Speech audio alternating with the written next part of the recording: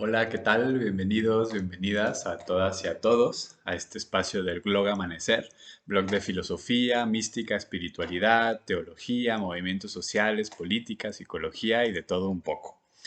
Pues este es otro video de reseñas y comentarios de algunos de los libros que vamos leyendo y en esta ocasión traemos la reseña o el comentario a un libro bastante especial que se titula Textos sin disciplina, claves para una teoría crítica anticolonial de Luis Martínez Andrade. Este es el texto que está publicado por la editorial Q Lagos, ¿no? Ediciones, que es de la Universidad de Guadalajara, el Centro Universitario de los Lagos, en la colección Diálogos Académicos. Quiero lanzar, antes de presentar este fabuloso libro que la verdad me pareció bastante pues motivante, bastante lleno como de invitaciones e incitaciones a pensar el mundo, particularmente América Latina, desde otro paradigma.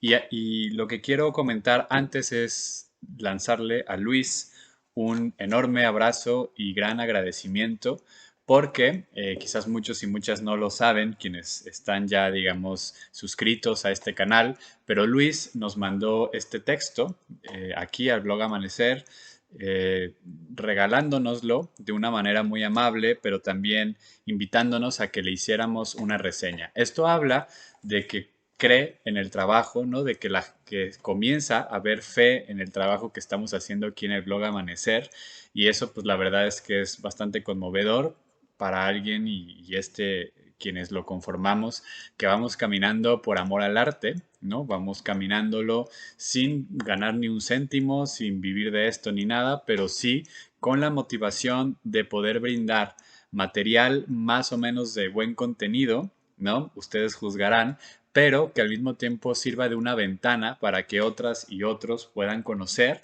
unas visiones distintas y aproximaciones diferentes a muchos de los temas que nos interesan en las coyunturas actuales.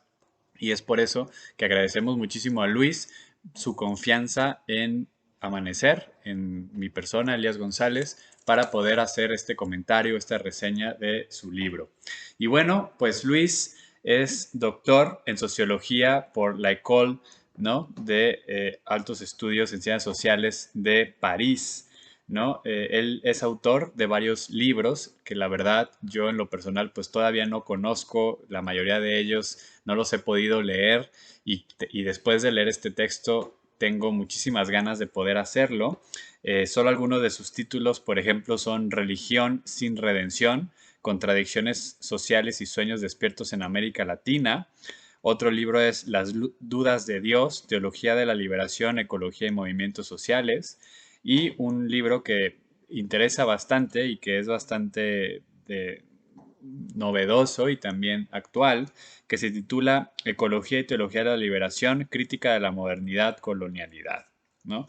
Ya con esto ustedes se dan una idea más o menos de por dónde van los intereses reflexivos, ¿no? de nuestro autor, quien básicamente pues se ha enfocado en temas de sociología de la religión y la cultura, la teoría crítica, la ecología política, marxismo, ¿no? el giro decolonial.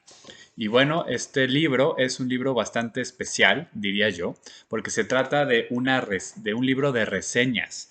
Y por lo tanto, este video también es un video especial porque al mismo tiempo estamos ante una reseña de reseñas, algo así como una reseña al segundo grado, ¿no? Al segundo nivel.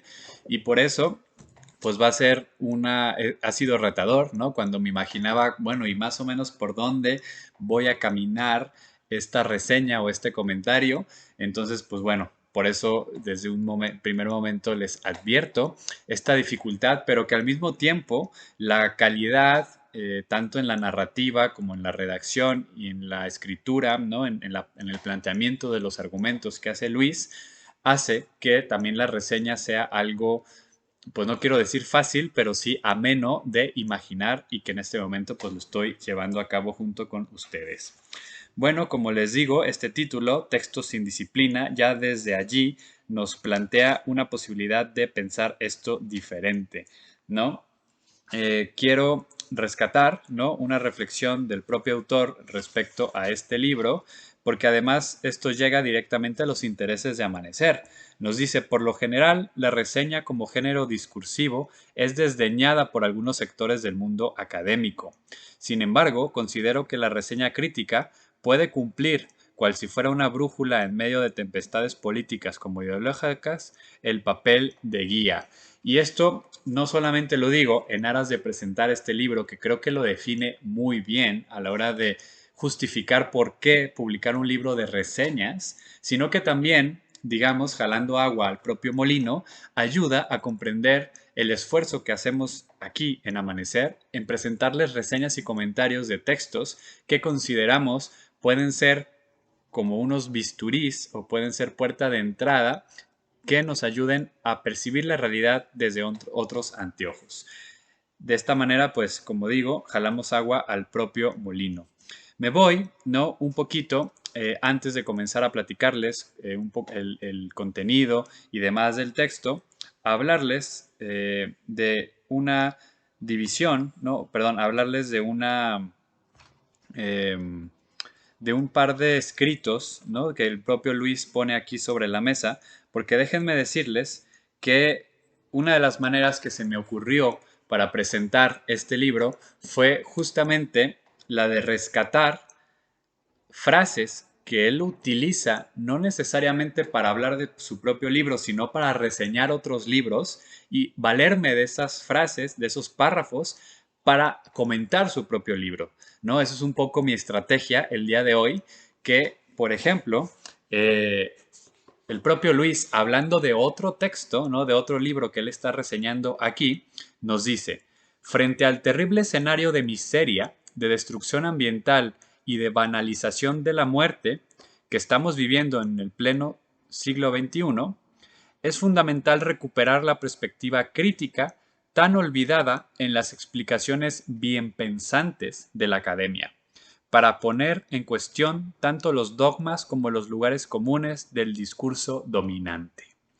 Esto, a pesar de que Luis lo dice de otro texto, a saber, un libro que se titula Desigualdad y clases sociales, de Carlos Julio Báez Everts, del 2016, considero que es elocuente y válido para referirse y evaluar al propio libro de Luis. Estas palabras, ¿no?, que él nos llama a despertar a una perspectiva crítica olvidada por los bienpensantes de la academia para poner en cuestión tanto los dogmas como los lugares comunes del discurso dominante. Esto es lo que está haciendo Luis en su libro. Esta es su parte de la motivación, según yo he logrado captar, que, repito, no lo dice él sobre su propio libro, lo dice sobre otro, pero aplica para el propio libro que estamos aquí reseñando o comentando, que es Textos sin Disciplina. Bueno, esto lo decía en ese sentido como para presentar un poquito. Como ya ustedes pudieron básicamente inferir, se trata pues de un texto donde Luis nos presenta las reseñas que él ha ido haciendo seguramente en los últimos años, porque este libro, cabe decir, es bastante nuevo, ¿no? Salió apenas este año, aunque el año pasado fue, digamos, como aparece, ¿no?, la fecha de la edición, pero salió a circulación en este 2021. Entonces tenemos una de las cosas muy positivas que yo veo en este libro, es que está lleno de reseñas de textos nuevos, de textos recientes, de los últimos 5 o 6 años, y eso creo que también nos brinda como una especie de manual. O sea, si yo lo podría ver de cierta manera, más que un manual, sí como un catálogo que nos va indicando qué cosas podemos leer, qué cosas podemos investigar para tomarnos en serio las problemáticas que tenemos enfrente. Entonces, honestamente, y creo que es de las grandes virtudes que tiene este libro, si yo tuviera que armar un curso o armar un seminario o cualquier cosa sobre temas de pensamiento crítico, utilizaría este libro, este texto, para, digamos, de cierta manera inspirarme y sacar de cierto modo una bibliografía básica de textos actuales que están pensando en esta contemporaneidad, en esta actualidad, y a través de eso crear este discurso y narración críticos. Pero bueno, ¿qué tipo, no? Porque ya estamos hablando, ¿no? De cuestiones de marxismo latinoamericanos, teoría decolonial, teoría crítica, sociología de la religión, ¿no? De cierta manera son todos estos textos o todos estos términos los que están aquí insertos en el libro. Pero son, el libro está básicamente dividido en 4 partes, cada una con un eje temático que, como les digo, es bastante elocuente.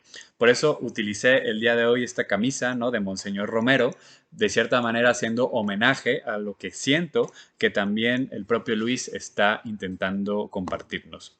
La primera parte del libro se titula Teoría Política, y aquí vamos a encontrar una serie de reseñas sobre libros que, aunque pudieran hablar de otras cosas, el propio Luis los va a enmarcar dentro de esta noción de la teoría política y nos va a ofrecer una serie de análisis de estos textos que nos van a poder guiar en este sentido de la construcción de una teoría política, diría yo desde abajo o desde abajo a la izquierda, como dirían los compas y las compas zapatistas.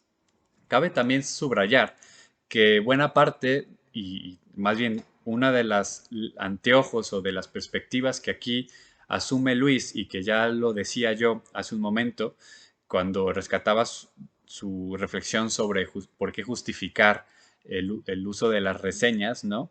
Es que estamos ante reseñas críticas. No meramente nos está contando qué dice este o el otro libro, sino que él también subraya algunas deficiencias o opiniones contrarias que él tiene frente a los textos. De esa manera también es un ejercicio de diálogo, de problematización ante lo que estamos leyendo, y no solamente es una educación bancaria, como diría Freire, de meramente está ahí recibiendo datos, sino que tiene que ver con un diálogo fecundo, ¿no? Que ante las propuestas del autor en cuestión va a detonar una reflexión en el lector, en el investigador, en este caso el propio Luis, y desde allí surge una novedad.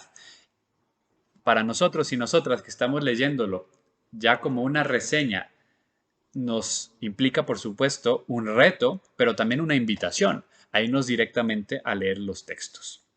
Bueno, en esta primera parte de teoría política tenemos algunas reseñas bastante interesantes, donde en su momento ahorita voy a subrayar algunos puntos que me parecieron como bastante relevantes.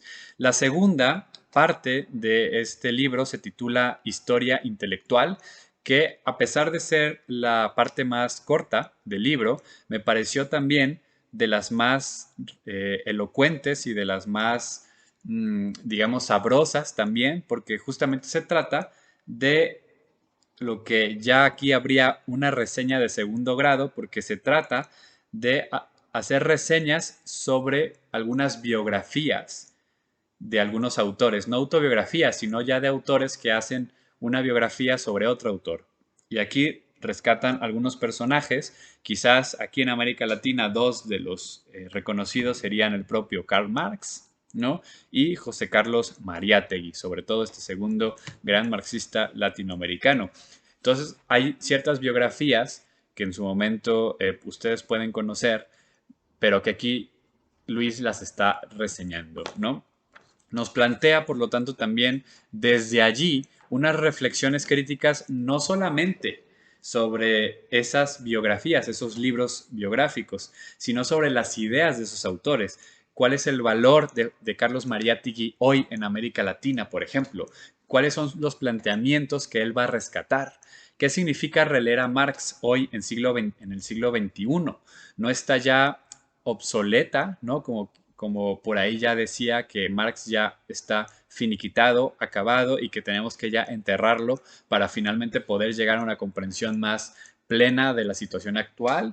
O por el contrario, Marx puede continuar, Marx y no necesariamente los marxismos, cabe decir, Marx puede continuar alumbrándonos tanto con conceptos como con su epistemología, sus filosofía transformadora, sus apuestas filosóficas, que nos plantea una filosofía distinta, ¿no? Como ya decía él mismo, que no se trata meramente de pensar el mundo, sino de transformarlo.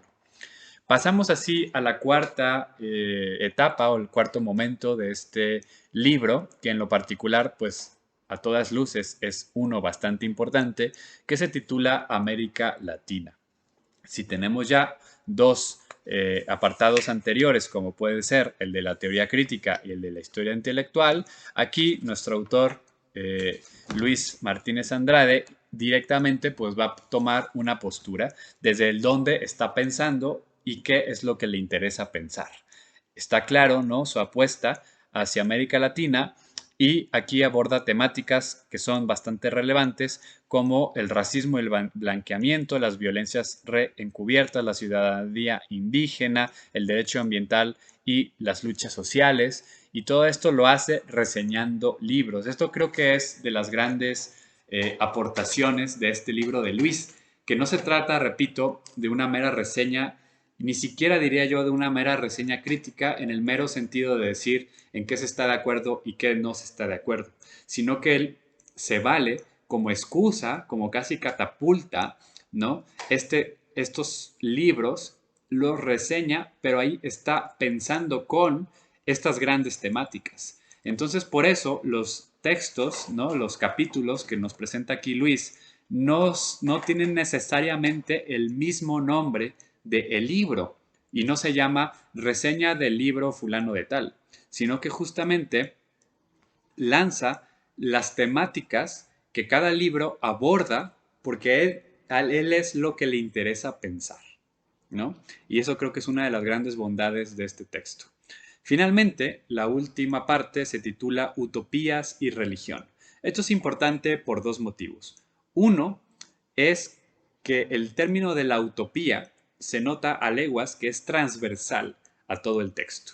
Hay de cierta manera una apología en el buen sentido, no digo una apología fanática o encubridora, sino una defensa a la utopía, a recuperar la utopía, criticando por supuesto algunas nociones de la misma que pueden ser desmovilizadoras, que pueden convertirse, diría yo, en más de lo mismo, ¿no? En más sueños de progreso indefinido que nunca llega y que te mantiene en el status quo para que cuando te toque la lotería te toque, ¿no? Sino justamente la utopía como la subversión, como la movilidad, como la irrupción, diría incluso aquí medio inspirándome en Walter Benjamin, que de cierta manera, bueno, no de cierta manera, subrayando que es de los autores que va a aparecer más aquí, a pesar de que no tiene en este texto Luis como tal una reseña sobre un libro de Walter Benjamin, sí que es un autor que va a aparecer constantemente.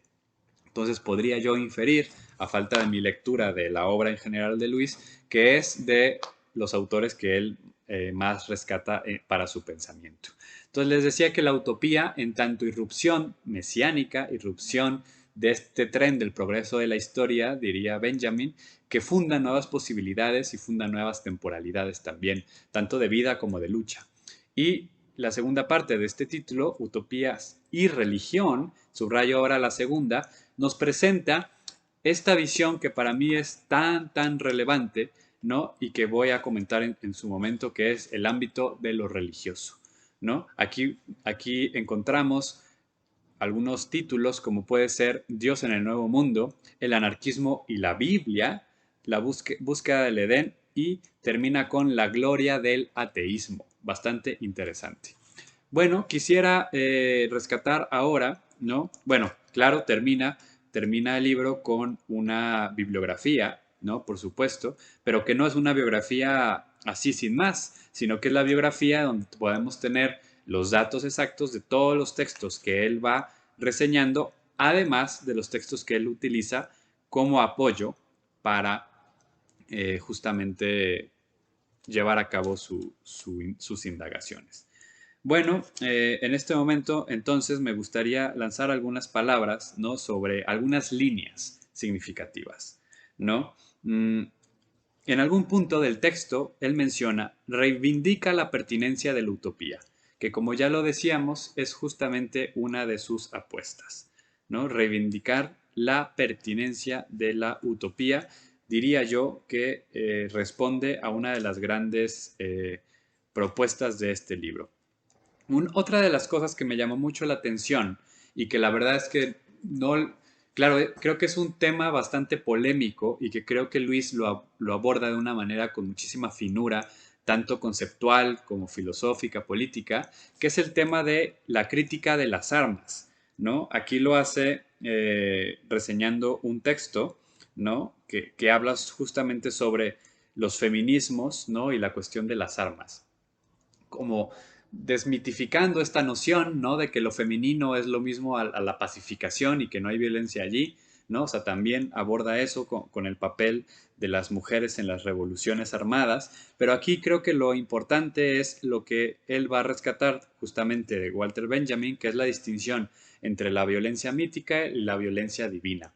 La violencia mítica es aquella violencia que utiliza los poderes en turno, por llamarlo así, para justificar, ¿no? Por eso es mítica, ¿no? Porque de cierta manera funda una cosmovivencia, una cosmogonía, es como una especie de cosmogonía política, ¿no? En donde van surgiendo valores que justifican el uso de la violencia por parte, en este caso, del Estado o de los poderes opresores. Sin embargo, la violencia divina, por el contrario, que sería la contraparte, digamos, nos habla de esta violencia de irrupción, ¿no? Que ya mencionábamos, de esta búsqueda de la utopía, que en muchas ocasiones tendrá que ser por medio de las armas, ¿no? A veces no hay otra forma. Y no es una defensa a la lucha armada, digamos, descorazonada o simplemente por justificarla y ya, sino que es tomarse en serio la pregunta e ir más allá meramente de una crítica, ¿no? Así como simplona, ¿no? De decir, no, pues es que no hay que criticar, ¿no? No hay que criticar nada, no hay que criticar más bien como esto del pacifismo, la no violencia y demás, ¿no? Y aquí nos lo dice él de una manera, desde mi punto de vista, bastante elocuente. Fíjense cómo lo dice. Efectivamente, abordar el fenómeno de la violencia implica adentrarse en terrenos minados por la ideología dominante. Cuidado de alguien que se atreva a analizar la violencia divina de los movimientos insurgentes, pues corre el riesgo de ser calificado como apologista del terrorismo. A través de esta jugada ideológica, se coloca en el mismo plano a la violencia sistémica con la violencia subjetiva. Entonces aquí justamente lo que nos está planteando Luis es ser capaces de diferenciar, ¿no? Esta violencia mítica de la violencia divina para poder estudiar y aprender, diría yo, de las luchas de insurrección en los distintos planos sociales, como puede ser el Ejército Zapatista de Liberación Nacional, ¿no? Que es un ejército, las kurdas, ¿no? El movimiento kurdo, y ejemplos hay muchos otros, ¿no? Lo dejaría por ese momento allí. Hay otro texto del propio Luis que lo utiliza para reseñar otro libro, ¿no?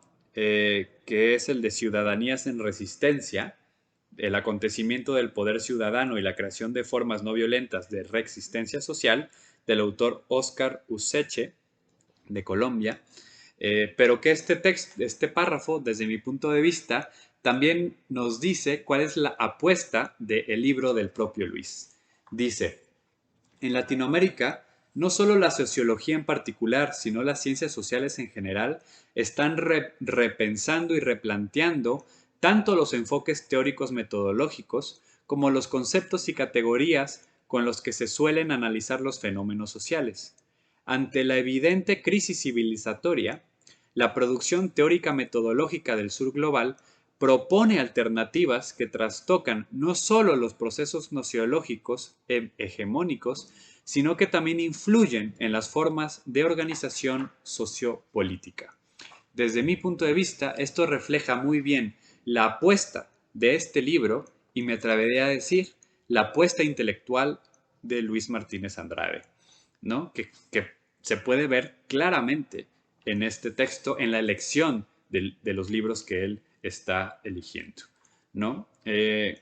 Hago dentro de este mismo, aquí estamos ya en la parte de América Latina, ¿no? En este libro de Ciudadanías que acabo de leerles, ¿no? Ciudadanías políticas, Hago una breve mención que no podía aguantarme como un gusto personal, que él pues llega a rescatar la figura de Lanza del Basto. En realidad el que lo rescata pues es el propio autor Óscar Useche, pero aquí Luis lo subraya, y para quien sigue este blog saben que Lanza del Basto para mí es un personaje muy importante en mi vida personal, en mi espiritualidad y en mi reflexión, ¿no? No quería dejar de simplemente pues subrayar eso, porque además es un autor que no siempre aparece, cabe decirlo, en este tipo de escritos.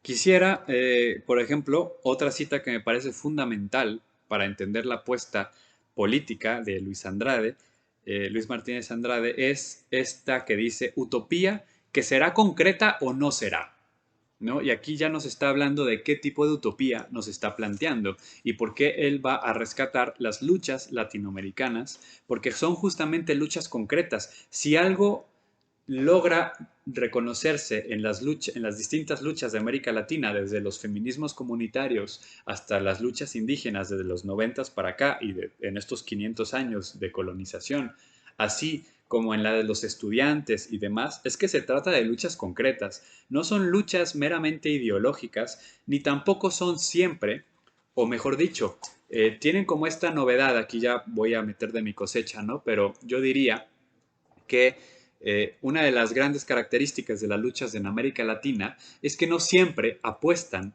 por la transformación desde arriba, la transformación del Estado. Esto es algo que el propio Raúl Sibeki ya lo va a decir en varias ocasiones, cuando él apuesta más bien, en lugar de hablar de movimientos sociales, de sociedades en movimiento, y Raúl Sibeki es uno de los autores que Luis Martínez Andrade va a citar en este texto. Justamente nos dice Sibeki que podemos ver esta característica de las luchas latinoamericanas, que no están apostando por la toma del poder, sino en la construcción cotidiana de un mundo alternativo, en movimiento, ¿no? Y entonces creo que eso es a lo que se refiere Luis cuando él habla de las luchas, de la utopía como concreta o no será.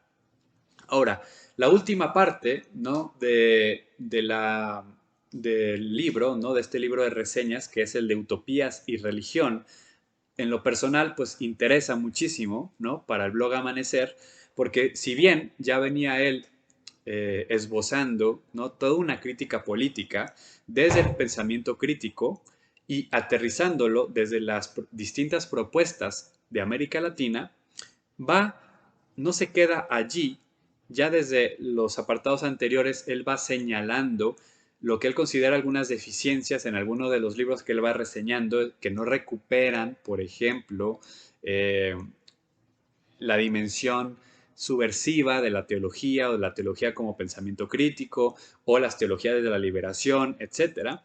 Y él nos va a llevar justamente, y creo que no es gratuito o no es azaroso, el hecho que él dedique la última parte a utopías y religión, porque él considera, y aquí en el blog Amanecer no podríamos estar más de acuerdo, que, y cito, superamos la visión monolítica que concibe a la religión como opio. Hay que superar esa visión monolítica, dice nuestro autor, que meramente asume el lugar común, el cliché de entender lo religioso como algo atrasado, como algo que necesariamente, casi por su constitución propia, pertenece al poder o pertenece a los opresores, ¿no? Cuando vemos en la historia, si realmente nos ponemos a estudiar la historia y los procesos de lucha, que justamente es todo lo contrario, ¿no? Que casi siempre los procesos religiosos, espirituales, han sido este magma, este latir del corazón del pueblo, del corazón de la gente, que a partir de su sentipensar común, a través de los ritos, los símbolos, las narrativas, los cantos, los libros sagrados y demás, van construyendo colectividad subversiva, colectividad de lucha, ¿no? Y eso es justamente lo que aquí nos va a invitar a recuperar nuestro autor. Vamos ya llegando más o menos al tiempo, ¿no? Que normalmente le dedicamos a estos videos. Como les digo, fíjense qué interesante, porque a pesar de ser un libro relativamente corto, ¿no? Ustedes lo ven, estamos hablando de aproximadamente 116 páginas. tenemos una riqueza inmensa, ¿no? Por eso es tan difícil hacer una reseña de este libro, porque es una reseña no solamente de segundo grado, sino que pues hubiera sido, desde mi punto de vista, pues medio pérdida de tiempo, ¿no? Estar capítulo por capítulo diciéndoles cuáles son todos los libros que él reseña y demás, sino que interesa más bien hablar del mismo libro, porque hay aquí una originalidad, hay aquí una propuesta en sí misma, no es meramente un conjunto de reseñas que él metió y ya. Se nota que hay una intencionalidad en el acomodo de los textos de los capítulos, y entonces a eso va. Hay otra frase en la página 77 con la que me gustaría casi cerrar este video porque creo que da este cierre fundamental a lo que sería este libro de Luis Martínez Andrade. Nos dice, él habla de otro libro, por supuesto, no del suyo, pero yo digo que esto aplica al libro de Textos sin Disciplina. Dice, escrito de forma clara y sin los engorrosos academicismos de una ciencia que se cree neutra, este texto es desde ya una valiosa contribución al pensamiento crítico contemporáneo. Yo me atrevo a afirmar exactamente lo mismo de Textos sin Disciplina, ¿no? Creo que está escrito en forma clara, sin los engorrosos academicismos y que además va a significar una valiosa contribución al pensamiento crítico contemporáneo. Bueno, no voy a, digamos aquí, solamente pues agregar que dentro de los libros que él va a reseñar se encuentran textos que están solamente escritos por su actualidad, todavía no han sido traducidos al español, algunos sí, ¿no? Por ejemplo, algunos libros de Bolívar Echeverría, textos, la biografía sobre Marx, biografía sobre Mariátegui, ¿no? Textos sobre, por ejemplo, esto del anarquismo en la Biblia, ¿no? Cuestiones por el estilo, muchos están en español, pero también otros tantos están escritos en portugués o en francés. Y creo, según entiendo, todavía no han sido traducidos al español, de tal manera que estas reseñas serían unas de las pocas ventanas para lectores y lectoras en lengua castellana de muchos de los libros que aquí se están reseñando. Termino pues este video, este comentario, esta reseña, invitándoles a adquirir este libro que, repito, está publicado por la editorial Q Lagos de la Universidad de Guadalajara, Centro Universitario de los Lagos, en la colección Diálogos Académicos. Textos sin disciplina, claves para una teoría crítica anticolonial, así se llama este libro de Luis Martínez Andrade, a quien volvemos a agradecer profundamente por habernos enviado este ejemplar y pues invitarles a que lo adquieran y puedan reflexionar estos temas. Muchísimas gracias, estamos en contacto y esperen nuevas cosas aquí en YouTube, en Instagram, en Facebook. Les invitamos a que nos sigan en esas redes sociales y que estén atentos y atentas. Hasta pronto, saludos y bendiciones.